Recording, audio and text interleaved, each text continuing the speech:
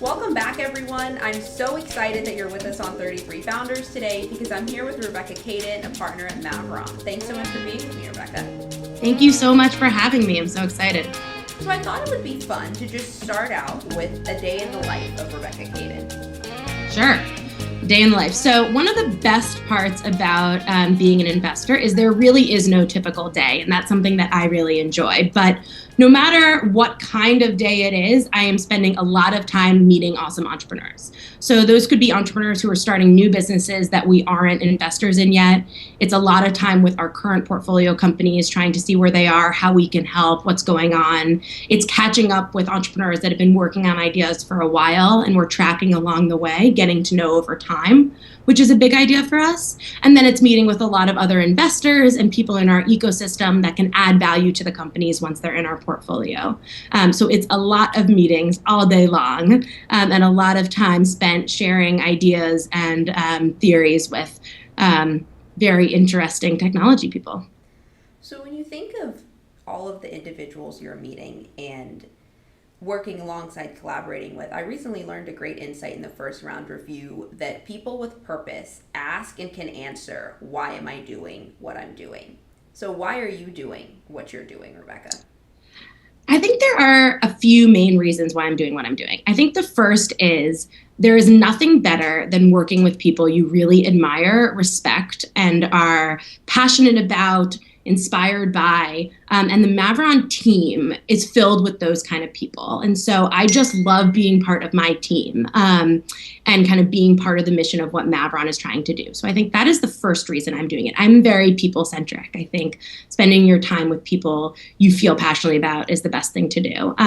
Why we're doing specifically this, I think technology is the backbone of innovation, particularly right now. And when you think about what the world is going to look like the next decade and the decade after that, these are the companies that are driving that, how we live, how we spend our time, how we communicate with each other. And so getting to be a part of those companies and that conversation from the earliest moments that they exist is, I think, one of the most exciting things to do.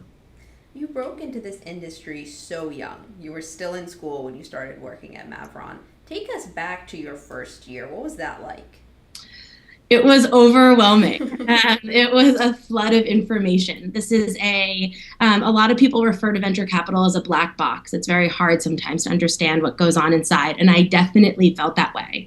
And, as everyone says, the best thing you can develop as a venture capitalist to become good or possibly great at it is pattern recognition, is understanding how the past fuels the present and the future. And so I spent the first year and the second year and the third year, and I will spend it forever trying to develop that pattern recognition. So when you see someone great in our portfolio, outside of our portfolio, what about them makes them great? How can you recognize those qualities in that next person you see or the person after that? And so I spent a lot of time building my network, meeting new people, sharing ideas and thoughts and stories and fears with my peer set, developing mentors above me, and just shadowing my team to try to get that kind of kernels of that pattern recognition that I could then develop upon. I love that you mentioned your team and really learning from them, that you admire that despite how successful they are, they still hustle every day. I just learned a great question from Peter over at Rough Draft Ventures. And he said, one question I've always wanted to be asked is, who's someone who took a chance on you? Who's someone that took a chance on you? So Dan Levitan runs Maveron. And when he started the firm, he didn't have venture capital experience. What he did was he was part of the Starbucks story, taking Starbucks public. And he fell in love with consumer brands and what it meant to find people who were not only great technologists and product people, but awesome brand builders. And as we started talking and as I started working with Maveron, he really took a big chance on me before I had that network, before I had that pattern recognition.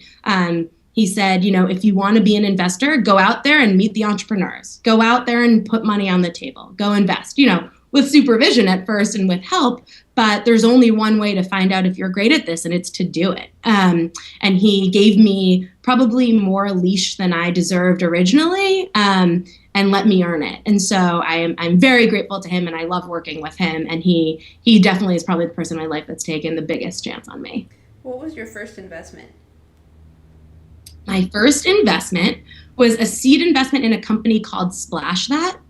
Splash With is, Ben Hinman? yeah, with Ben Yeah, I Hinman. know Ben.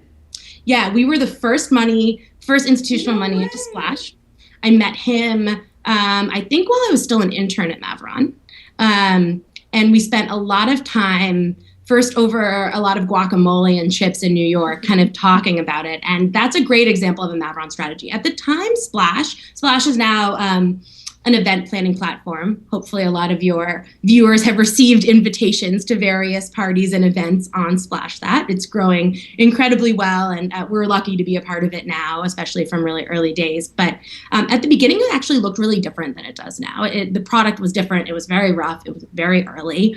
But I spent a lot of time with Ben, and Ben is someone who has passion and Like drive no and other. vision like no other, almost to a frightening degree. And he's able to evangelize. And I saw the kind of kernels that I heard my team talk about so much. So we put a seed investment into Splash a couple months after I started. I want to say maybe January after I started. Were you nervous or were you just so excited that that anxiousness subsided? It's always a mix. I'm nervous and anxious and excited every time we write a check because the check is the easiest part. It's by far the easiest part. We spend a lot of time at Maveron saying we never celebrate investments. We celebrate exits and outcomes because the easiest thing to do is write the check. The hardest thing to do is monetize it. And so I was, excited that I was putting money on the table and nervous to see where it went. But I was confident that I had a good partner. And I think that's the biggest thing I've learned making good investments and bad investments still very early in my career that when you're aligned with the right people. And that always feels better than being aligned with the right market.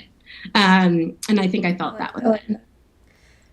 When it comes to, so when you think back to that moment, you were writing your first check, you just mentioned that you guys don't focus on the actual writing of the check. That's the easy part. And you recently shared a great post from Steve Shoflin about don't congratulate me for writing a check. And I really enjoyed that post because from the outside and just learning about this industry, whenever someone raises money, I'm like, hey, congratulations, that's great. Right.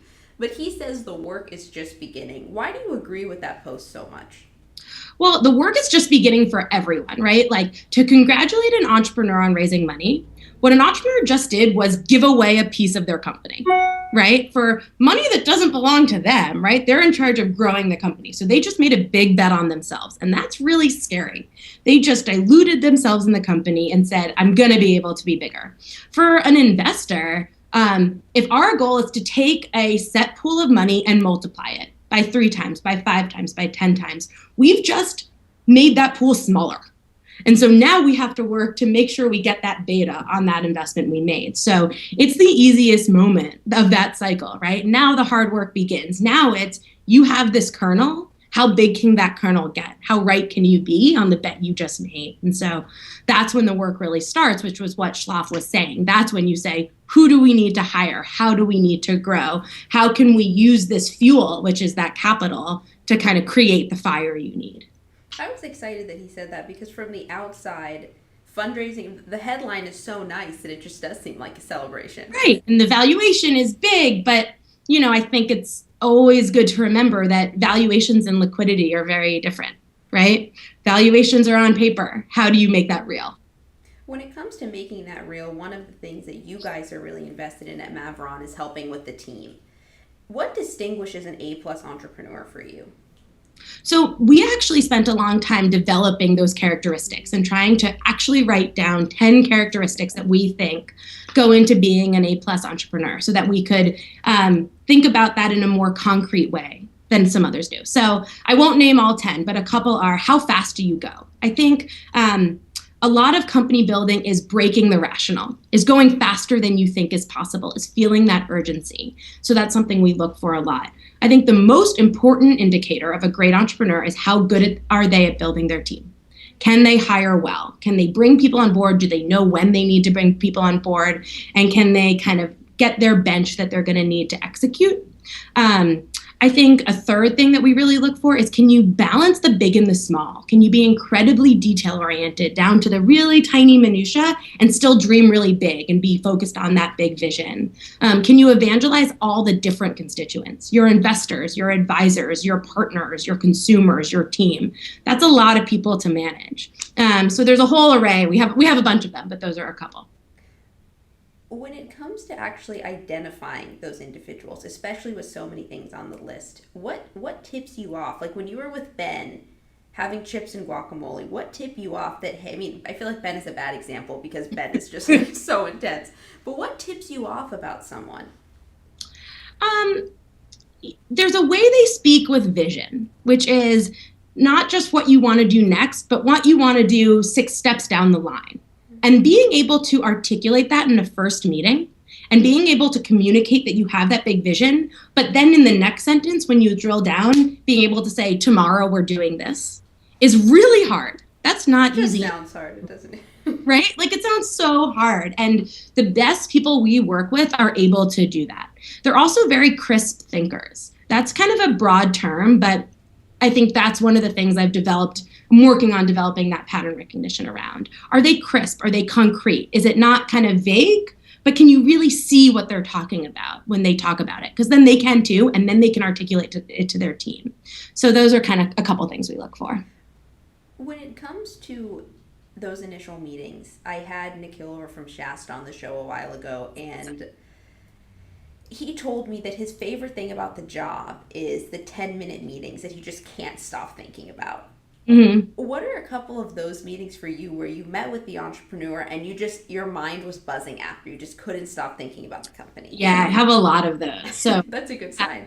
We're investors in a company called Earnest, which is a next generation consumer bank. It's growing incredibly fast. It started with consumer lending, and we participated in the seed and led the Series A. But the first time I met Louis Farrell, who's the CEO of the company, he was actually still an operating partner at Andreessen Horowitz. And he didn't say he was going to start a company, but he was incredibly passionate about consumer finance. And he spoke about it in a way that was really concrete to me, because a lot of people have ideas about how finance is broken, but it's hard to get people to articulate something you can see and you could understand really changing something as big and kind of fathomable as banking. And he was able to do that in a really short period of time. So even before he said he was going to start this company, which I had a hunch was coming, I couldn't stop thinking about how he thought about finance and how he articulated his vision, even before it was a vision of a company. So then 8 months later, when he called and said, I'm leaving Andreessen Horowitz and I'm going to start Earnest, I was already so excited about it and so excited to be a part that we effectively committed on the spot very quickly. So on the other end of that, not meeting with an entrepreneur, if you could have lunch, so you could meet with any VC in the world, who would it be, where would you go to lunch, and what would you ask them? That is a hard question. I think the restaurant first. Yeah, that is the easy question. I think the two obvious choices to me are Fred Wilson or Bill Gurley. So I'm going to go with Fred Wilson because I think he is the one who has defied the hit rate odds the most. Their hit rate at Union Square Ventures is awesome. They get it right so much more, and they do it early. And so I would ask him, how do you know at the point you get in? We have these 10 things. What are yours? What is that pattern recognition for you? And I would go to lunch at, so many good choices. The meatball shop in New York. I've heard about these meatball shops. Do they just serve meatballs? They serve meatballs, but like on top of all kinds of different things. It's so good. You have to go. Yeah, I definitely need to. That sounds really good. If you could change, Rebecca, one thing about the venture capital industry, what would you want to change? I think it could use a little more humility. I think individually, we all know this is hard and we all have moments that we're humbled, but there is an ethos of sticking your chest out a lot, which I think you need to some degree. I think confidence is necessary, but especially in the current times, bubble or no bubble, who knows? I think the line between confidence and arrogance sometimes gets blurred, and so sometimes I wish for a little more humility. When it comes to that bubble you shared recently, which really resonated with me because from the outside, it's a little bit hard to understand what's happening with it because you have so many Yeah. different voices saying like just totally opposite ends of the spectrum. But you Yeah. said that it's not going to pop with a bang. So it's not going to be like a water balloon that you hit and it goes, but it's just going to start trickling a little bit. Can you explain that? Yeah, I think we all hypothesize on this a lot, so who knows? But I think there are indicators that you're going to be able to see slowly. There is a ton of capital in the market right now. That creates one, inflated valuations, and two, more rounds, more money out there. But that money is going to have to raise money on top of it, and on top of that, and on top of that, because companies are staying private much longer than they used to. As we all know, there's fewer tech IPOs, et cetera. And I think as people struggle to raise up rounds, because there's a lot of seed money and there's less Series B money. And as those go through the pipeline and struggle to raise up rounds, I think you're going to start to see some of the air come out of the tires. I want to shift gears now for a couple of minutes and really dive into Maveron and consumer because I know Yeah. you're really passionate about that. Investment or not, what's a consumer brand right now that you really feel like is doing it right, that you love to go on their site? Mm, that is an excellent question. I think that Airbnb is really doing it right. I think they took something that people were scared of, an idea that was really, really foreign to people, and not only created access, but created comfort around it, comfort and desire. And I think when you think of the best consumer brands, they're able to do that. That access is one thing. We talk about it a lot right now. Access to cheaper prices, access to marketplaces that didn't exist, on-demand services. And that's one part of it. But can you also create new desire, new behavior, new comfort? And I think those are key parts of brand building. Airbnb has done that consistently from the beginning, kind of defying the odds, creating a really reputable brand, and allowing people to have adventures and experiences and community that they didn't have before. So I very much respect that. Goes right into an insight that you shared March of last year that one of the macro trend you guys are focusing on at Maveron is merging of the online and offline worlds. And I just spoke with Emmett Shine from Gin Lane, and he said that now you have triangulation because you have a tablet, you have the computer, and you have your physical experience. Yeah. What are you seeing happen in that space? I think that every distinction we make between X and Y over time gets blended, right? And there's this online and offline, and now I think we're seeing a lot of them merging because a lot of the actions that we see in the physical world are controlled by behaviors that happen online or on mobile, right? So I order a car, but the car comes. I book an Airbnb and then I go to it and have an experience. And so I think what we're increasingly going to see is deeper penetration into that experience from the mobile. We talk a lot about, you're in an Airbnb. What else can they do for you? Can they sell you experiences? Can they sell you the stuff in the house? Can they add to that, vacation you're having? Can they introduce you to new people? All of that will be facilitated by technology, probably on your phone, but you're going to experience those things in the real world. And so I think the line between those two are becoming really fluid, particularly in commerce, right? You're seeing most of the great e-commerce brands grow through physical stores. Birchbox, Warby Parker, Nasty Gal. That's not their only channel, but the idea of I'm an online store, I'm an offline store is going away in favor of I'm a store that's delivering great product to customers who love it through many different channels.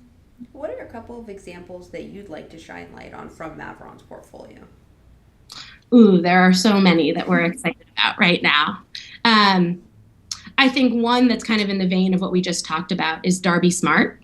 Darby Smart is a marketplace for craft supplies, taking advantage of this kind of huge market and community of people who love crafts, which is a great American pastime and traditionally happened in a very fragmented offline kind of way, where you would find out a project and have to go to the many, many thousands of SKUs in Aisles and Michaels or the many different retail stores all over your city or your state to find the kind of materials that you need to do this project that you heard about.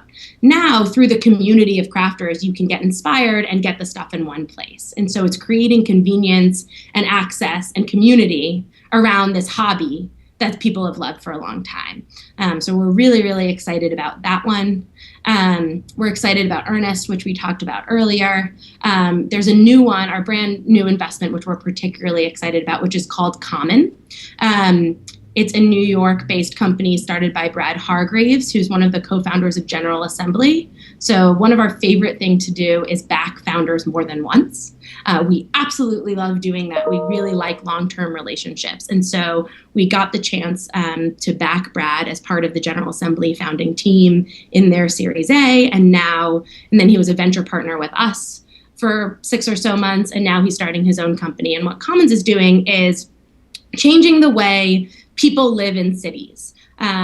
So rather than having to go and rent your own apartment, which either you can't get on a lease for, or you have to live with a stranger from Craigslist, or it's very hard to find, they're creating hubs in cities where you can rent rooms and create community around it at accessible prices. And so we're very excited to be a part of it. That's so needed in so many places now. Yeah. It's starting in New York and Brooklyn, but it will soon be in many more places too. Great. So I want to shift gears for the last couple of minutes and just talk about some life questions. I know that 4 of your favorite hobbies are reading great novels, playing tennis, traveling, and skiing. Yeah. So I have to know favorite book, favorite tennis player, and favorite travel and skiing destination. Ooh, those are so hard. Okay. Favorite book is Pale Fire by Vladimir Nabokov. I was a Russian writer. I'm a big Russian literature person. I'm not going to do those in the order that you said. Favorite skiing destination is probably Jackson Hole. I think it's one of the most beautiful places in the world, and it's amazing skiing.